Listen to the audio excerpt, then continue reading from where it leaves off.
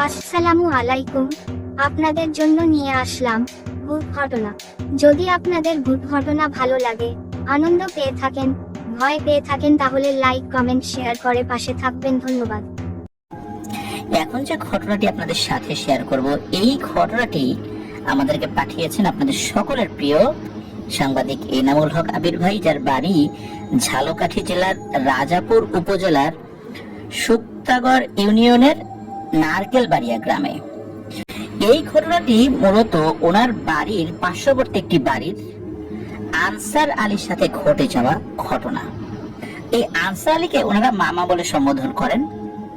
ঘটনার যে স্থানটা সেটা হচ্ছে এই নারকেলবাড়িয়ার মাদারতলা। ওখানে একটি প্রাথমিক বিদ্যালয় রয়েছে, মাদারতলা নারকেলবাড়িয়া সরকারি প্রাথমিক বিদ্যালয়। এই বরাবর 100 গজ পশ্চিম উত্তর পাশে এই আনসার মামার বাড়ি থেকে 30 গজ পশ্চিমে হবে।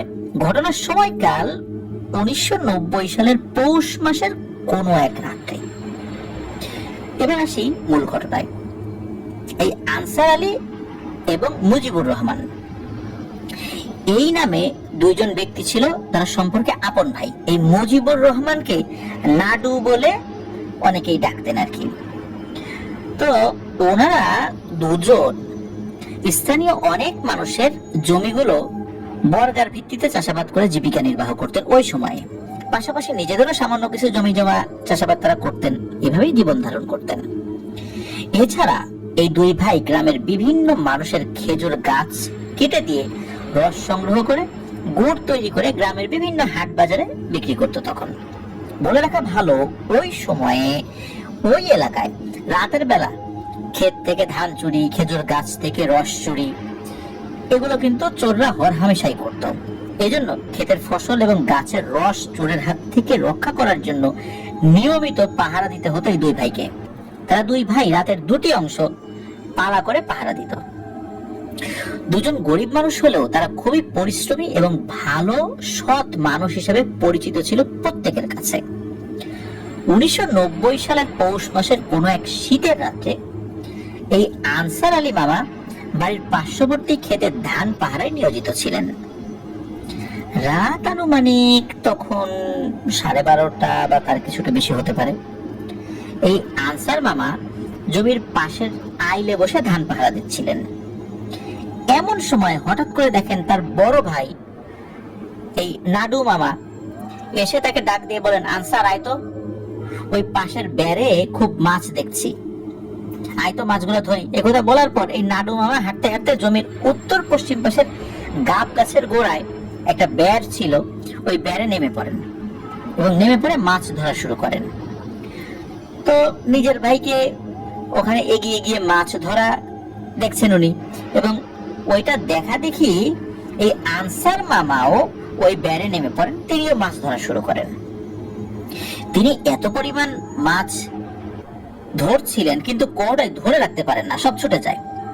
আর তিনি দেখেন যে বেড়ের দক্ষিণ পাশে একটি পুকুর রয়েছে, ওই পুকুরের সাথেই সংযোগ রয়েছে ওই বেড়ের, আর ওই সংযোগ দিয়েই সব মাছগুলো পুকুর থেকে এই বেড়ে নেমে আসছে। তখন হঠাৎ করে খুব কর্কশ ভাষায় এই নাডু মামা বলে ওঠেন, এই বেটা আনসার, তুই দেখিস না তোর পেছন থেকে সব মাছ পুকুরে যায়? তো আরো বলে ওঠে যে তোর পেছন থেকে মাটি দিয়ে বাঁধ দে। আঞ্চলিক ভাষায় এটাকে বান্দা বলে, ওই বাঁধকে বান্দা বলে আর কি। তো তখন আনসার মামা বলে, আচ্ছা ঠিক আছে দাদু, আমি মাটি দিয়ে বাঁধ দেবো, তো তুমি মাটি কেটে দাও। এখন ওই স্থানীয় ভাবে বড় ভাইকে হয়তো দাদু বলে আর কি ওই এলাকায়। তো তাকে মাটি কেটে দিতে বলে, যাতে করে উনি ওই বাঁধটা দিতে পারেন বা বান্দাটা দিতে পারেন আর কি।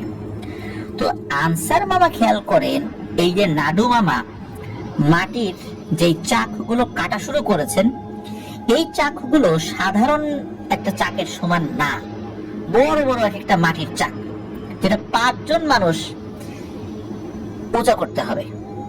আর একবারে কোনো সাধারণ মানুষ এত বড় চাক কাটতে পারে না, অনেক সময় নিয়ে কাটতে হবে, যদিও বা কাটেও, কিন্তু উনি খুব দ্রুত কাটছিলেন, মানে নাডু মামা। তো এই বিষয়টা দেখে আনসার মামার মনে একটু খটকা লাগে। আর ওই মাটির চাকাগুলো আনসার মামার নিতে খুব কষ্ট হচ্ছিল। তাছাড়া এই নাডু মামা খুব বাজে ও কর্কশ ভাষায় কথা বলছিল তার সাথে, এবং গালিগালাজও করছিল খুব বাজে ভাবে। তখন এই আনসার মামার সন্দেহ সৃষ্টি হয় যে দাদু তো আমার সাথে এভাবে বাজে ভাষায় কথা বলে না, আর এমন বড় বড় একটা মাটির চাকা সাধারণ মানুষের পক্ষেও কাটা সম্ভব না, এটা বহন করা তো কোনোভাবেই সম্ভব না। এছাড়া ওই জমির আইলের পাশে একটি গাব গাছ রয়েছে, ওই গাব গাছে নাকি অনেক বছর ধরে ভয়ঙ্কর একটা বৃদ্ধ পিশাচ জিন থাকতো। তবে সে পিশাচ হলেও সহজে কারো ক্ষতি করেছে এমনটা শোনা যায়নি। এমনি ওই দিক দিয়ে মানুষ আসা যাওয়া করলে টুকটাক ভয় পেয়েছে, এই জন্যই তাকে পিশাচ বলে। কিন্তু ওইভাবে পিশাচ হয়ে যে কাউকে আক্রমণ করে বড় ধরনের ক্ষতি করেছে এমন তথ্য প্রমাণ খুব একটা পাওয়া যায় না। এদিকে আনসার মামা কিন্তু খুব শক্তিশালী এবং সাহসী, সেই সাথে সুঠাম দেহের অধিকারী ছিলেন। এ সময় হঠাৎ করে আনসার মামা বলে ওঠে, তুই তো আমার দাদু না রে, তুই তো শয়তান, তোর একদিন কে আমার একদিন। এই বলেই আনসার মামা নিজে থেকেই আগ বাড়িয়ে গিয়ে ওই নাডু মামার বেশ ধারণকারী পিশাচের উপর ঝাঁপিয়ে পড়ে আক্রমণ করে বসে। সাধারণত আমরা দেখতে পাই যে কোন পিশাচ মানুষের উপর আক্রমণ করছে ধস্তাধস্তি হয়েছে, কিন্তু এবার একটা টোটালি ভিন্ন। এবার একটা মানুষই ইচ্ছাকৃত ভাবে পিশাচ জেনেও তার উপর আক্রমণ করেছে, মানে আনসার মামা আক্রমণ করতে গিয়ে। আর তখন ওই ভয়ঙ্কর পিশাচটাও আনসার মামাকে চাপড়ে ধরে বলে ওঠে, তুই আমারে অনেক দিন ধরে বিরক্ত করিস, আমার গাব গাছের গোড়ায় তুই বসে থাকিস, তুই বিড়ি খাস, আমার চলার পথে বাধা হয়ে থাকিস, তোর কারণে আমার অনেক অসুবিধা হয়। আজকে তোকে আমি বাগে পাইছি, আজ তোরে না মেরে আমি ছাড়বো না। তখন এই আনসার মামা আর পিশাচের মধ্যে শুরু হয়ে যায় ধস্তাধস্তি। পিশাচটা চায় পানির ভেতরে আনসার মামাকে নিয়ে যেতে, আর আনসার মামা চায় পানির উপরে ওই পিশাচটাকে তুলে আনতে। এইভাবে লড়াই চলতে থাকে। আল্লাহর অশেষ রহমতে আনসার মামা সফল হন। তিনি ওই পিশাচটাকে নিয়ে উপরের যে ধানি জমি আছে ওইটাতে উঠে আসেন। আনসার মামার ওই ভয়ঙ্কর পিশাচ উক্ত ধানের জমিতে আবার ধস্তাধস্তি করতে থাকে, গড়াগড়ি করতে থাকে। কখনো আনসার মামা উপরে, কখনো পিশাচ নিচে। তো এইভাবে চলতে থাকে আর অনেকক্ষণ। ওই জায়গাটাতে প্রায় 20 শতক বা 20% জমির ধান ছিল, যেগুলো সব একদম মাটির সাথে মিশে যায় এই ধস্তাধস্তির কারণে। এক পর্যায়ে আনসার মামা, উনি তো আগে থেকেই কিছুটা কুস্তির যে কলা কৌশল এটা জানতেন, ওই কলা কৌশলটা উনি প্রয়োগ করার চেষ্টা করেন। আর উনি দোয়া দরুদও পড়ছিলেন যতটুকু জানতেন। তো উনি ওই কুস্তির কলা কৌশল প্রয়োগ করে এই আনসার মামা পিশাচের 2 কাঁধ এবং 2 পায়ের ভেতর থেকে হাত নিয়ে শরীরের সমস্ত শক্তি দিয়ে পিশাচকে শক্ত করে ধরে ফেলেন।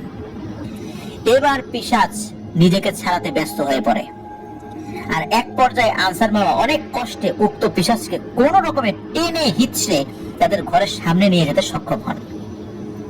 তখন তিনি চিৎকার করে ডাকতে থাকেন তার মা আর বড় ভাই নাডু মামাকে, কারণ নাডু মামার বেশ ধরে তো এটা এসেছে এখানে, নাডু মামা তো ঘরেই আছে, এবং চিৎকার করে বলছে যে দাদু তাড়াতাড়ি একটা দা নিয়ে আসো, ওরে জবাই দেবো, আজকে ওরে রাখবো না।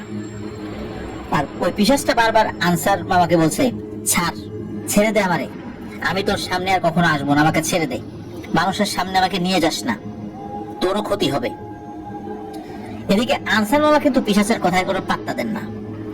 তো আনসার মামার ডাক শুনে তার যে বড় ভাই মুজিবুর বা নাডু মামা, উনি একটা ল্যাম্পো বা এই যে কুপি বাতি নিয়ে আসেন।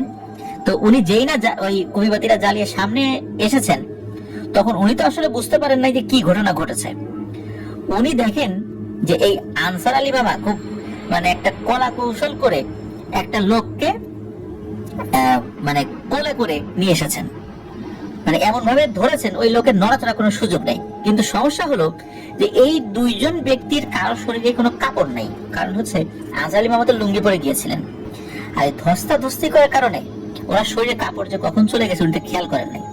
তো এদিকে ভাইয়ের এই অবস্থা দেখে এই তার অন্য যে ভাই, উনি লজ্জায় কি করেছেন, এই ল্যাম্পোর যে আলোটা ওটা নিভিয়ে দিয়ে উনি চলে গেছেন এই কারণে যে ও তো চলে এসেছে আর এই অবস্থা, তো আমি তো দরজা খুলছি, ও ঘরে ঢুকো।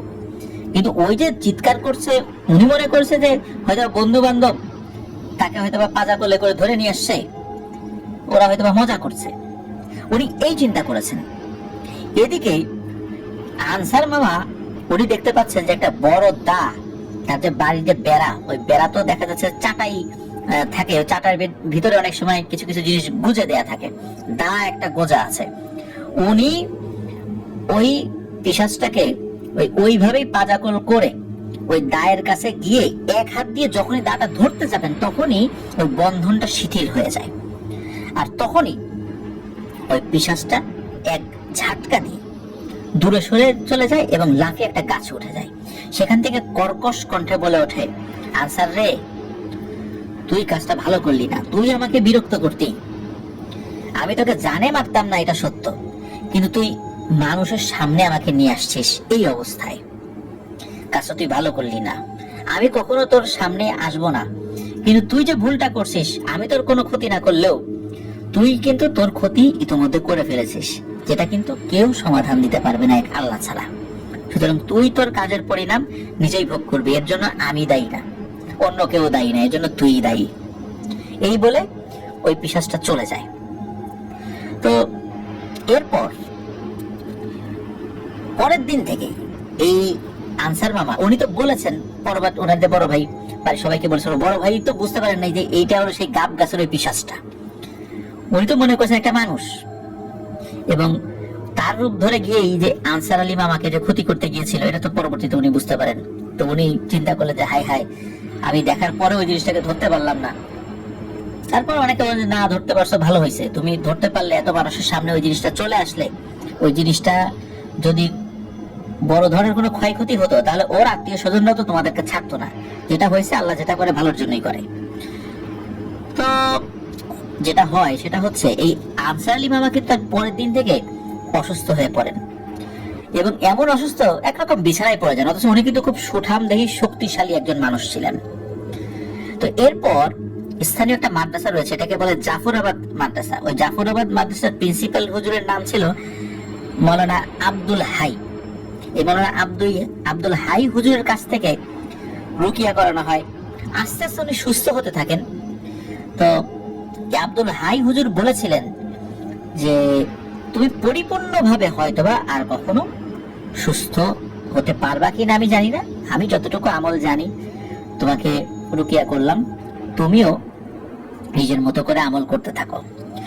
তো আস্তে আস্তে কি হয়, এই আনসার আলী মামার শরীরের সকল শক্তি একরকম শেষ হয়ে যায়, শরীরটা কঙ্কাল সার হয়ে পড়ে। উনি আর কখনোই আগের মতো স্বাভাবিক হতে পারেন নাই।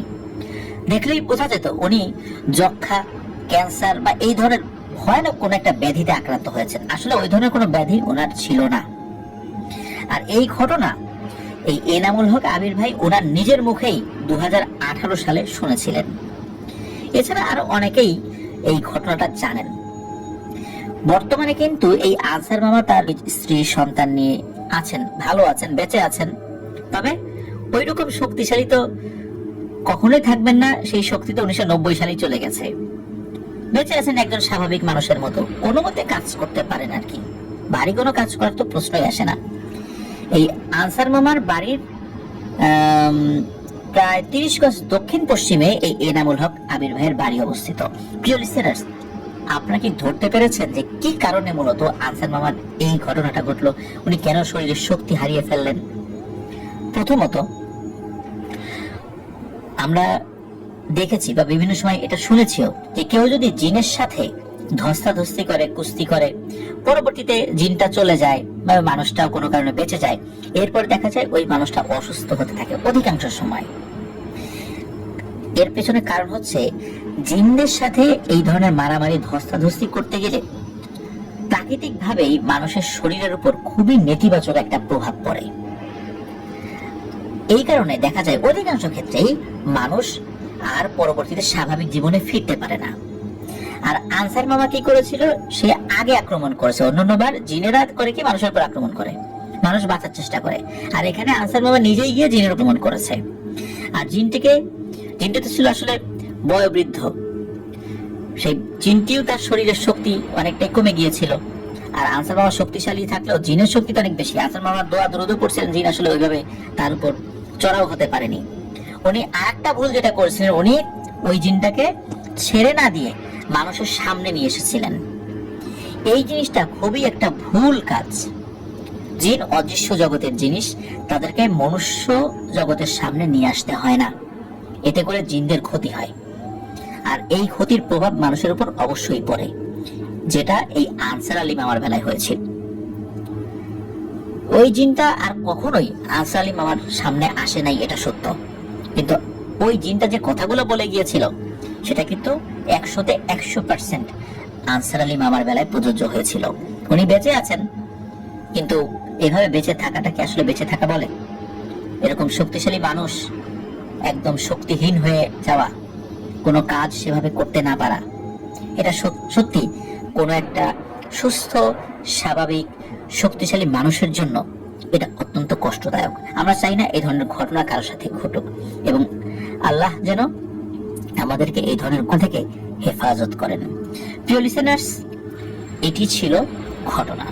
আশা করছি শিক্ষণীয় এই ঘটনাটি আপনাদের সকলের কাছে ভালো লেগেছে এবং ভয়ের শিহরণ জাগাতে কিছুটা হলেও সক্ষম হয়েছে। কিছুটা শব্দটা এই কারণে ব্যবহার করি কারণ অনেক ঘটনা দেখা যাচ্ছে যে শুনে কেউ ভয় পায় না, আবার কেউ ভয় পায়, এই জন্য কিছুটা শব্দটা ব্যবহার করলাম। সবার ভয়ের যে মাত্রাটা, এটা সহন ক্ষমতা কিন্তু সবার একরকম নয়। কারো ভয় লাগতে পারে, নাও লাগতে পারে, কিন্তু তারপরও আমরা বলবো আমরা সত্য ভয়ের ঘটনা প্রচারের জন্য সচেষ্ট থাকি, কিন্তু আমরা সব ঘটনার সত্যতা নিশ্চিত করতে পারি না, এটা আমাদের পক্ষে সম্ভব নয়। আমাদের এই অক্ষমতাটাকে আপনারা ক্ষমা সুন্দর দৃষ্টিতে দেখবেন। আসসালামু আলাইকুম, আপনাদের জন্য নিয়ে আসলাম ভূত ঘটনা। যদি আপনাদের ভূত ঘটনা ভালো লাগে, আনন্দ পেয়ে থাকেন, ভয় পেয়ে থাকেন, তাহলে লাইক কমেন্ট শেয়ার করে পাশে থাকবেন। ধন্যবাদ।